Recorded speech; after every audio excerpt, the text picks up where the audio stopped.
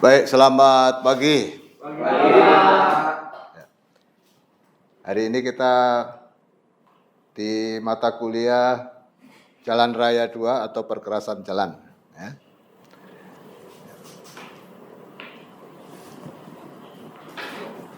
Pada perkuliahan ini kita akan membahas tentang bahan yang paling penting untuk melakukan perkerasan jalan. Kalau kalian lihat jalan itu kan berupa cor beton, berupa sudah diaspal. Kalau di Semarang itu ada konblok, jadi jalan konblok.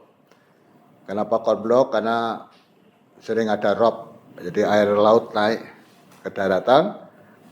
Supaya tidak menimbulkan banjir, maka konstruksi jalannya dipilih konstruksi paving, sehingga air bisa masuk ke dalam tanah. Kalau di situ dipasang cor, ya air akan mengenang di situ. Yang kalian lihat itu adalah jalan permukaan yang sudah jadi. Nah, bahan utama penyusunnya yang paling utama, entah itu aspal, entah itu beton, entah itu paving, adalah agregat. Jadi kalau kalian bayangkan agregat, jangan bayangkan agregat itu sebagai sebuah batu saja. Agregat itu ada dua macam, ada agregat kasar, ada agregat halus. Kalau yang kasar itu berupa kerikil, ya. Tapi kalau yang halus berupa pasir atau abu batu. Ya. Baik, kita mulai. Pengertian agregat dalam konstruksi perkerasan jalan. Ya. Menurut Sylvia Sukirman, agregat merupakan butir-butir batu pecah, kerikil, pasir, atau mineral lain, baik yang berasal dari alam maupun buatan yang berbentuk mineral padat dengan ukuran besar maupun kecil atau fragmen-fragmen. Pak, adakah agregat yang buatan? Ya ada. Kalau kondisional sekarang sudah sangat dimungkinkan untuk membuat agregat buatan jika kondisi tempat untuk mencari agregat alam tidak didapat atau tingkat kekerasan, tingkat persyaratan agregat yang diinginkan tidak didapatkan di alam. Sehingga kita perlu melakukan agregat buatan. Yang kedua, agregat merupakan komponen utama dari struktur perkerasan jalan, yaitu 90 atau 95% agregat berdasarkan persentase berat, atau 75 sampai 85% berdasarkan volume. Jadi kalau untuk membuat perkerasan jalan, agregatnya itu yang dipakai sampai 95% atau 85% ya. 75 sampai 85 atau 90 sampai 95% itu berdasarkan beratnya. Sedangkan kalau 75 sampai 85% berdasarkan persentase volume. Jadi kalau kita buat misalnya cor beton, itu 1, 2, 3. 1, 2, 3 itu berarti 3/6. Kalau 3/6 berarti setengahnya. Kan? Itu adalah kerikil, 2/6 pasir atau pengisi, baru 1 bagian adalah semen. 1/6-nya adalah semen. Jadi Anda bayangkan 5/6-nya itu butuh agregat. Itulah 85%. Nah. Kalau kita sebelum sampai cor, itu biasanya kalau lapisan jalan, itu yang pertama adalah subgrade. Subgrade itu tanah dasar. Tanah dasar itu harus tanah yang baik, tanah yang lunak kita buang, kita kupas, kita buang, diganti dengan tanah yang bagus, kita padatkan sehingga mencapai CBR yang kita inginkan. CBR itu tingkat kepadatan. Ya. Setelah itu baru dilapis subbase namanya. Subbase itu terdiri dari apa? Ya terdiri dari agregat, pasir yang dicampur, atau biasa kita kenal kalau di alam itu sirtu. Tapi sirtu itu tetap harus dilakukan pengetesan. Apakah memenuhi syarat atau tidak. Ya. Sirtu itu kan campuran antara pasir dengan kerikil dan mungkin sedikit tanah halus. Ya. Nah, tapi bukan lempung. Tanah halus hanya sebagai pengikat. Nah di atasnya nanti base coast. Base coast itu murni kerikil campur pasir sama agregat halus. Nah, yang terakhir baru namanya lapisan permukaan atau surface. Nah, surface bisa beton, bisa semen, bisa aspal atau bisa paving. Nah, dengan demikian kualitas perkerasan jalan ditentukan juga dari sifat agregat dan hasil campuran agregat dengan material lain. Nah, ini tadi yang saya bilang. Jadi agregatnya sendiri harus punya sifat-sifat yang memenuhi syarat dan setelah dikombin dengan agregat lain juga harus memenuhi persyaratan yang kita inginkan. Oke. Selanjutnya kita mengenal sifat agregat. Pak, batu alam langsung diambil terus dipakai sebagai konstruksi, apakah bisa dianggap sebagai agregat? Seharusnya belum bisa dianggap agregat, itu harus dipecah. Makanya ya kontraktor besar itu biasanya atau ada perusahaan yang memiliki namanya alat stone crusher atau pemecah batu. Itu supaya batu-batuan yang di lapangan itu sudah tidak mulus lagi. Karena kalau batu itu mulus, ya, itu kita gabungkan dengan agregat lain, dia gesekannya itu akan lepas. Ya. Apa mudah lepas. Sementara kita itu membutuhkan sebuah ikatan yang cukup kuat, sehingga agregat itu harus punya sisi patahan yang cukup banyak. Sehingga kalau kita gabung begini, dia terikat, nanti yang kosong-kosong ini diisi oleh filler, oleh agregat yang lebih halus. Nah nanti kalau yang terbaik itu adalah punya gradasi itu rata dari agregat kecil, halus, sampai ke yang paling besar, itu gradasinya bagus. Nah, jadi agregatnya campurannya itu terdiri dari macam-macam ukuran. Ya, tapi kalau seragam itu tidak bagus. Ya, prinsipnya itu. Sehingga batuan di alam itu harus dipecah dulu.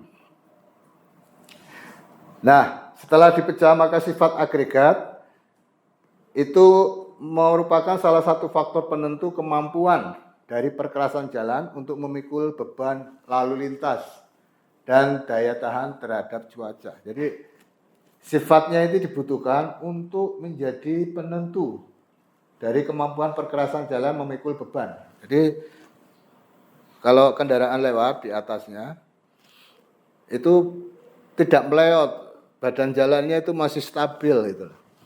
Kalian pernah lihat nggak kalau truk lewat itu? Kalian amati, itu kan suka ada membal gitu. Ya, jalannya membal. Itu tidak baik. Dia truk lewat ya dia stabil aja biasa. Ya, sama rata. Ya.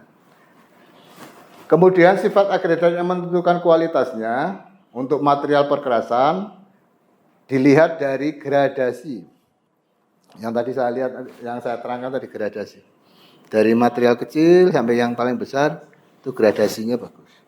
Sehingga saling mengisi. Terus dari kebersihan.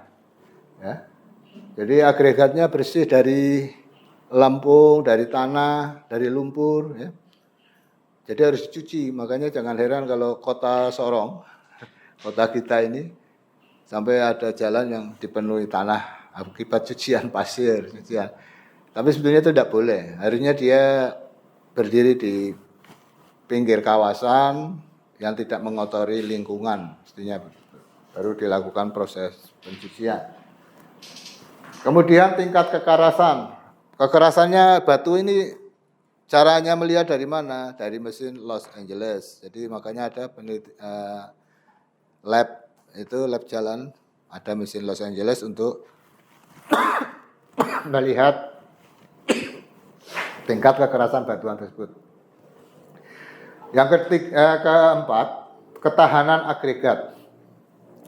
Keras tapi tidak tahan juga tertolak. Nah, jadi keras tapi juga tahan. Tahan itu maksudnya gimana? Tidak gampang pecah. Ya, tidak, kalau digiles tidak ada lah pecahnya itu, ada pecah yang bisa ditoleransi lah ya, tapi tidak sampai remuk hancur. Nah, itu nanti ada ketentuannya lah. Di laboratorium kalian nanti akan belajar itu. Kemudian bentuk butir. Nah, bentuk butirnya.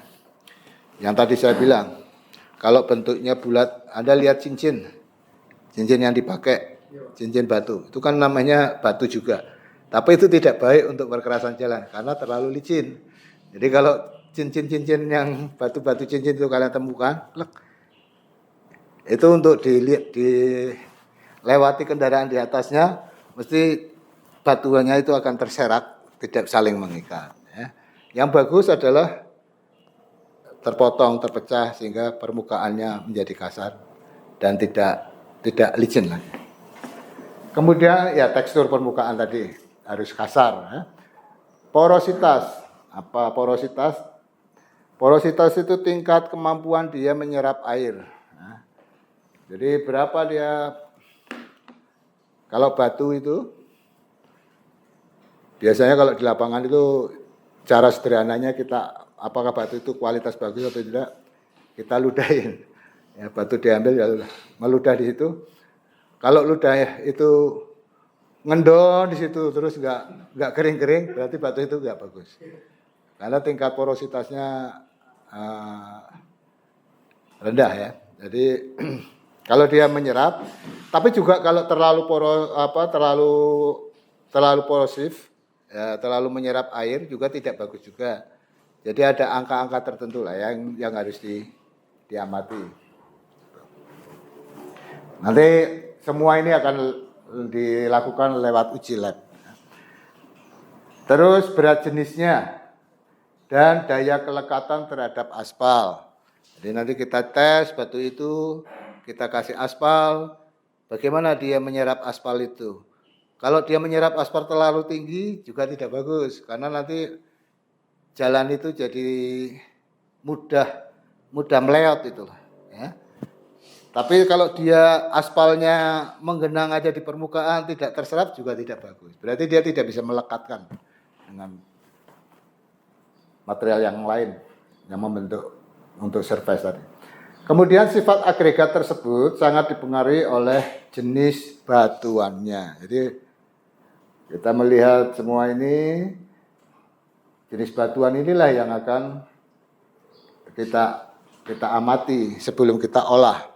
Ya, batuan ini, kita misalnya ada kuare, wah batuannya kita belah, nanti kita amati memenuhi syarat ini enggak, oh ternyata tidak. Misalnya ada di Sauka sana, itu batuan itu kelihatannya hijau, kalau pandangan mata itu kayaknya keras, tapi begitu kita ambil, kita jatuhkan begini, ternyata terbelah, malah hancur. Nah, itu tidak bagus. Tapi untuk campuran sebagai filler bisa. Oke, kemudian jenis agregat berdasarkan asal kejadiannya. Ada 3 hal, yaitu batuan beku, batuan sedimen, batuan metamorfik. Nah, kalau batuan beku ini terbuat atau berasal dari magma. Jadi di gunung berapi, magma mendingin, terus kemudian membeku, jadilah batuan. Dan kemudian dia terlempar keluar karena ada erupsi dari gunung tersebut, batunya terlempar, terseret oleh air sungai, nah diambil oleh kalian, kemudian diolah menjadi agregat campuran untuk jalan. Kemudian batuan sedimen.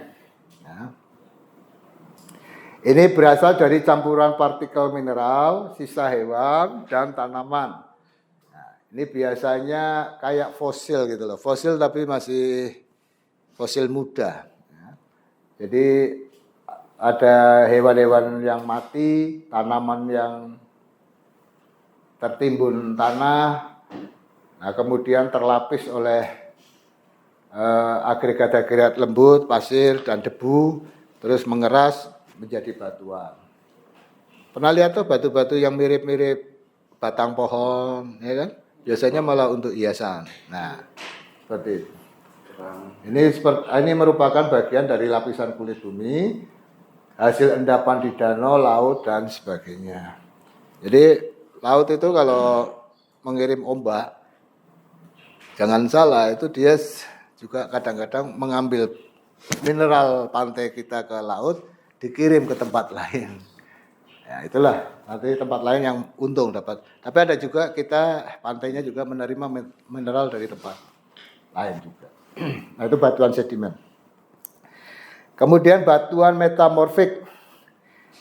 Ini berasal dari sedimen atau batuan beku yang mengalami proses perubahan bentuk akibat tekanan dan temperatur dari kulit bumi. Jadi ini batuan beku atau sedimen ditekan oleh lapisan-lapisan tanah sehingga menjadi semakin keras, semakin mengeras. Nah, itu namanya batuan metamorfik. Nanti kalau kalian lihat di tempat kuari, tempat stone crusher, sekali-sekali jalan, sudah pernah jalan-jalan ke sana, stone crusher itu? Lupa. Nah, coba dari sekali-sekali jalan, nanti kita amati batuan itu termasuk sedimen, beku atau metamorfik. Ya.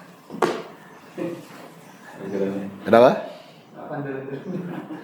Oke, nanti kita dari kampus nanti nyediakan bus baru kita jalan ke sana. Ya jalan-jalan yang ada ilmunya ya.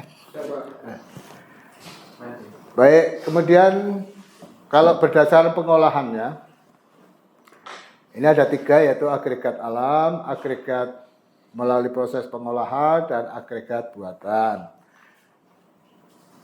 Agregat alam, ya apa yang ada di alam saja, kemudian kita pakai sedikit, prosesnya terlalu tidak rumit.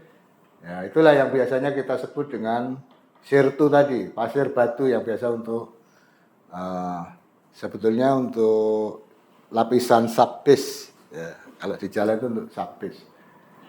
Ini biasanya terbentuk dari proses erosi dan degradasi. Nah, ya memang tetap akan ditentukan oleh proses pembentukannya. Ya biasanya materialnya itu ada besar, ada kecil, ada macam-macam lah gradasinya.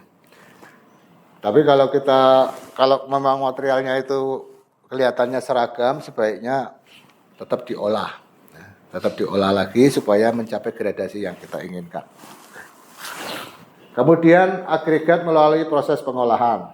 Nah, ini biasanya di gunung-gunung, bukit-bukit, sungai-sungai, ya, ada terdiri dari batu-batu besar. Ya. Kalau di Manokwari itu banyak batuan besar itu. Sampai kadang-kadang jalan yang dari Manokwari ke arah Bintuni, bukan melalui Tanah Rubuh, melalui Oransbari, itu jalannya melalui bukit-bukit yang ada batu-batu besar. Kadang longsor, karena waktu kita misalnya membuat jalan, kita lakukan penggalian, tebingnya itu terlalu vertikal. Jika perlu diatasi dengan terasering. Tapi di sana kaya, batu-batu kaya, bagus. Batunya batu yang sangat bagus untuk perkerasan jalan. Nah ini batu-batu besar ini harus diolah, yaitu dipecah dulu dengan alat stone crusher tadi, stone crusher ya. Kemudian agregat buatan. Agregat yang merupakan mineral atau filler pengisi partikel dengan ukuran kurang dari 0,75 mili. Ini diperoleh dari hasil sampingan pabrik semen atau mesin pemecah batu. Jadi kalau kita mecah batu, itu ada debunya. Debunya itu kita kumpulkan, itu namanya filler. Itu untuk pengisi. Jangan dibuang. Di samping itu ditambah dengan semen. Kalau Anda pernah ke Merauke, Merauke itu batuan tidak ada. Jadi kalau orang mau bikin jalan, batunya ngambil dari Palu. Jadi biayanya sangat mahal. Maka di sana konstruksi jalannya adalah semen soil semen. Jadi tanah tapi dicampur dengan semen. Cuma daya tahannya tentunya terbatas kalau itu. Cuma itu lebih baik daripada hanya sekedar badan jalan. Nah. Pembagian agregat berdasarkan ukuran butiran menurut The Aspal Institute AI tahun 93. Anda bisa dilihat ada manual series nomor 2. Agregat terbagi dari 3 yaitu agregat kasar. Ini adalah agregat yang lebih besar dari saringan nomor 8 atau kalau kita menyaring batuan itu yang ada di atas saringan 8 itulah adalah agregat kasar. Ukurannya nomor 8 itu 2,36 mili atau ya 1 cm aja nggak ada ini. Nah, itu termasuk agregat kasar. Nah, 3 mili, sepertiga senti lah. Kecil. Sedangkan agregat halus adalah agregat yang lolos saringan nomor 8. Jadi saringan, kalau kita punya penyaring pasir, itu kan ada bermacam-macam. Nomor 1, nomor 2, sampai nomor 8, sampai seterusnya. Nah yang ada di atas nomor 8 itu adalah agregat kasar. Kalau dia lolos, nomor 8 itu masuk butiran halus atau agregat halus.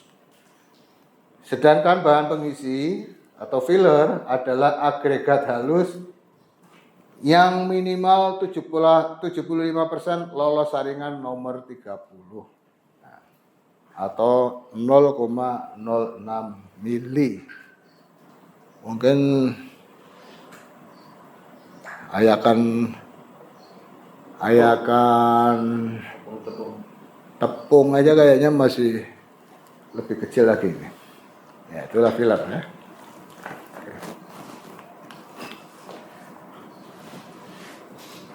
Sudah berapa menit ini? Kalian kelihatan capek. Hah? Oh, masih bisa. Ya. Klasifikasi agregat. Nah. Berdasarkan ASTM C nomor 33 dibagi atas 2 kelompok yaitu agregat kasar dan agregat halus. Ini ketentuan ini agak beda dengan ketentuan yang tadi. Kalau AI itu nomor 8, di sini nomor 4 atau ukuran 4,75 mili yang ada di atas 4,5. Atau kalau yang halus di bawah atau lolos saringan nomor 4, 475 mili. Ya ini beda ukuran ininya saja, nomor 4, nomor 8. Ya. Memang kita kalau jalan raya itu menggunakan ASTM, menggunakan Aspal Institute, dan peraturan jalan raya yang diterbitkan oleh Bina Marga. Ya.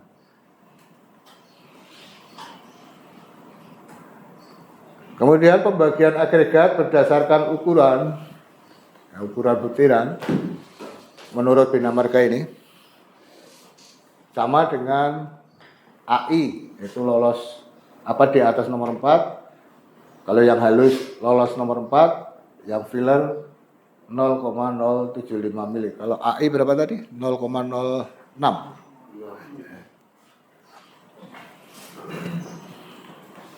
Atau saringan nomor 200. Nah, ini adalah tabel untuk persyaratan agregat kasar. Ya. Untuk pengujiannya, kekekalan bentuk agregat terhadap larutan natrium dan magnesium. Ya. Jadi dia kalau kita mohon maaf ya, kalau kita kencingi itu hancur enggak agregat itu atau larut enggak? Karena natrium, magnesium itu kan air pipis sebetulnya. Ya. Kalau kan yang laki-laki ini kan kadang-kadang suka pipis sembarangan langsung di jalan itu. Kalau kalian jalannya tidak tahan terhadap natrium bisa bolong-bolong gitu ya. Nah, kemudian yang kedua, abrasi dengan mesin Los Angeles. Nah, ini syaratnya nilai maksimalnya 12%, 40%, dan 5 dan seterusnya. Kemudian kelekatan agregat terhadap aspal, angularitas atau kedalaman dari permukaan, angularitas kedalaman dari permukaan yang lebih dari 10 cm. Nah, ini yang datanya yang kurang dari 10. Partikel pipih, partikel lonjong, material lolos saringan nomor 200. Nah, ini maksimal 1%. Agregat impact value AIV maksimal 30%. Berat jenis dan penyerapan maksimum 3%. Ini ada syarat peraturannya. Bagaimana melakukan pengujiannya di dalam SNI itu ada dituangkan. Nanti bisa dipelajari bersama. Nanti kalau kita sudah ke lab baru paham. Nah, yang penting ini untuk pengetahuan dulu. Oke. Kemudian untuk persyaratan agregat halus, ya, pengujiannya ya sama. Kalau di sini mengandung bahan plastis yang setara dengan cara setara pasir, itu maksimum 8%. Jadi begini, kalau pasir laut itu tidak baik untuk perkerasan. Karena pasir laut itu agregat yang seragam. Itu sudah tercuci oleh laut sehingga betul-betul butirannya itu seragam semua. Ya kalau kita injek itu aja melewat. Nah, apalagi truk lewat di atasnya. Jadi itu tidak baik untuk bahan bangunan. Tapi untuk saringan air itu sangat bagus. Tapi jangan kalian ambil karena lautnya nanti abrasi, ya, lautnya jadi menghantam ke daratan. Ya kalau ngambil 1 karung boleh, tapi kalau setiap hari 1 karung, ya, lama-lama habis. Terus berat tergantung pada berat jenis agregat halus, itu maksimal 2,5%, penyerapannya maksimum 3%, material lolos saringan nomor 200, 8%. Kemudian lolos saringan sudah ya, bebas dari bahan organik. Nah, bahan organik itu lempung, lumpur, ya sampah-sampah lah. Itu harus dihilangin dari agregat halus itu. Sekarang kita bicara tentang gradasi agregat. Nah, gradasi agregat adalah susunan dari beberapa ukuran butiran agregat yang membentuk suatu campuran agregat yang terdiri dari beberapa fraksi agregat. Nah, ini ada spidol ya? Kalau enggak usah. Ini coba kalian bayangkan aja. Oh, ada ya. Jadi ini kan kalau batuan, nah misalnya batuannya ini batuan yang besar, agregat besar. Nanti ada yang mengisi kecil, ada yang kecil. Ini namanya bagus. Apa? Gradasinya bagus. Gradasi ininya. Nah, ini fraksi-fraksinya. Nah, ini akan saling mengikat.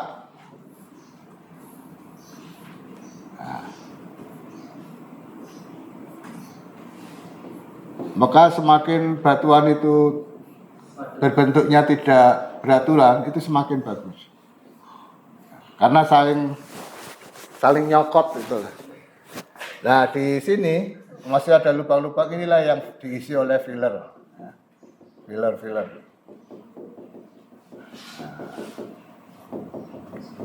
Makanya kalau kita membuat badan jalan,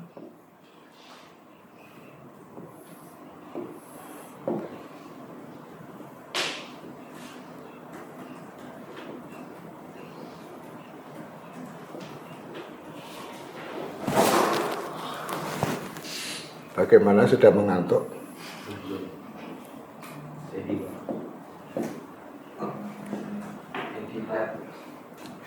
Nah, ini namanya subgrade. Ya, tanah dasar. Ini namanya subbase. Ini base. Inilah surface. Nah, lapisan paling atas.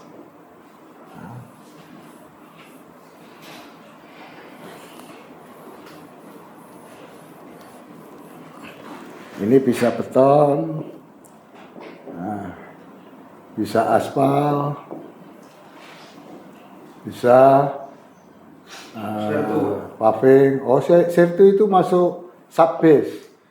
Nah, subbase ini biasa orang pakai itu sirtu, tapi kalau di bahasa konstruksi tidak boleh sirtu itu. Nah, itu harus ada tetap campuran antara agregat kasar dengan halus dengan komposisi tertentu yang menghasilkan nilai CPR tertentu pula. Nanti kalau sampai situ nanti kita. Paving juga kan itu Pak. Dia rata itu permukaan. Yang apa? Paving. Ya paving, makanya ini paving itu masuk bagian surface. Ini namanya surface. Itu dengan kecil.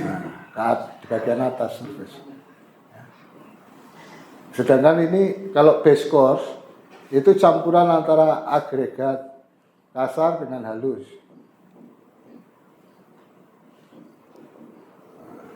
Ini ada komposisinya. Kalau yang kayak padat karya itu, yang betul-betul besar. Itu makadam. Jadi zaman dulu, sebelum teknologi perkerasan jalan berkembang seperti sekarang, terutama bangunan-bangunan Dendeles itu jalan itu dari makadam. Jadi batuan-batuan besar di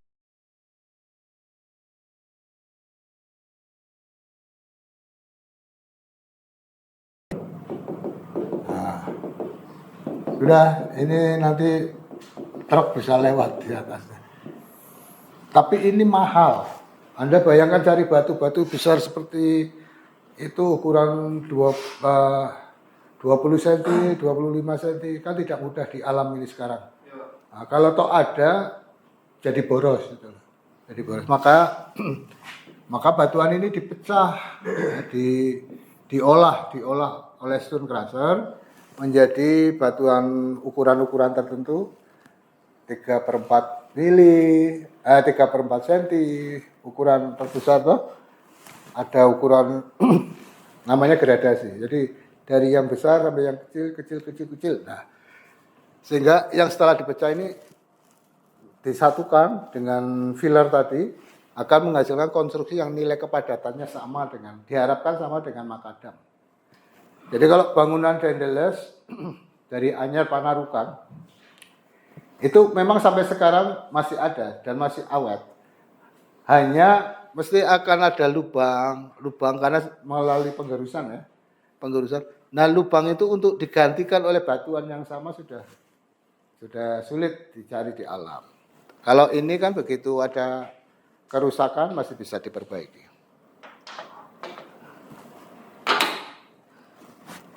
Oke. Cukup jelas ya.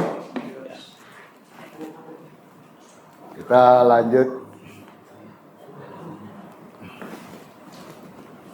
Piye iki? Ngapusnya. Oh, next atau? Next. Ayo, oke. Jenis gradasi. Jadi gradasi itu gradasi baik, gradasi buruk. Gradasi itu pecahan-pecahan batu tadi. Wujud batu yang terbelah. Nah, gradasi baik adalah campuran agregat dengan ukuran butiran yang terdistribusi merata dalam rentang ukuran butiran. Jadi dari mulai yang halus sampai dengan yang paling besar itu terdistribusi rata, tidak besar, lebih banyak. Nanti yang mengikat nggak ada. Karena kan tadi ada kalau batu dengan batu ketemu itu kan ada lubangnya lah, lubangnya lah diisi oleh gradasi yang berikut, batuan berikutnya. Agregat bergradasi baik disebut dengan agregat bergradasi rapat. Nah, yang bergradasi baik dikelompokkan menjadi agregat bergradasi kasar, yaitu agregat bergradasi baik yang didominasi oleh agregat ukuran butiran kasar. Sedangkan agregat bergradasi halus adalah agregat yang baik yang didominasi oleh agregat ukuran butiran halus. Jadi ya bedanya kalau yang pertama butiran kasarnya lebih banyak lah daripada filler, kalau yang bawah fillernya lebih banyak. Dua-duanya bagaimana sifatnya? Semuanya tetap harus diuji di lab dan di trial di lapangan. Nanti akan menghasilkan nilai CPR tertentu yang dipersyaratkan. Nah, nanti pilihannya di situ. Kemudian gradasi buruk adalah campuran agregat dengan ukuran butiran yang terdistribusi merata dalam rentang gradasi baik. Ini yang tadi ya. Oke, gradasi buruk adalah distribusi ukuran agregat yang tidak memenuhi persyaratan agregat bergradasi baik. Jadi kalau syarat baik tadi tidak terpenuhi berarti itu buruk. Ada berapa macam? Ada 3, yaitu gradasi seragam. Yang tadi saya terangkan, butirannya ukurannya seragam semua. Itu tidak baik. Gradasi terbuka atau campuran agregat dengan distribusi ukuran butiran sedemikian rupa sehingga pori-pori antara agregat tidak terisi dengan baik. Jadi kita punya butiran-butiran yang lubang-lubang antara butiran satu dengan yang lain tidak ada yang mengisi, tidak terisi oleh agregat lain. Nah itu namanya gradasi terbuka. Kemudian yang terakhir gradasi senjang, yaitu ukuran butirannya terdistribusi tidak menerus atau ada bagian yang hilang. Jadi misalnya gini, ini butiran besar, kecil, tiba-tiba filler semua terus ada lagi yang besar. Nah, itu tidak baik. Jadi harusnya ya merata lah. Maka dibutuhkan namanya mesin pencampur juga. Jadi dari stone crusher keluar butiran, terus kita olah, kita campur supaya campurannya itu rata lah. Nah, ini adalah foto dari saringan-saringan untuk batuan agregat. Ini ada 9 saringan. 8 saringan. Nah, ini ada nomor-nomornya. Ini adalah lubang saringan.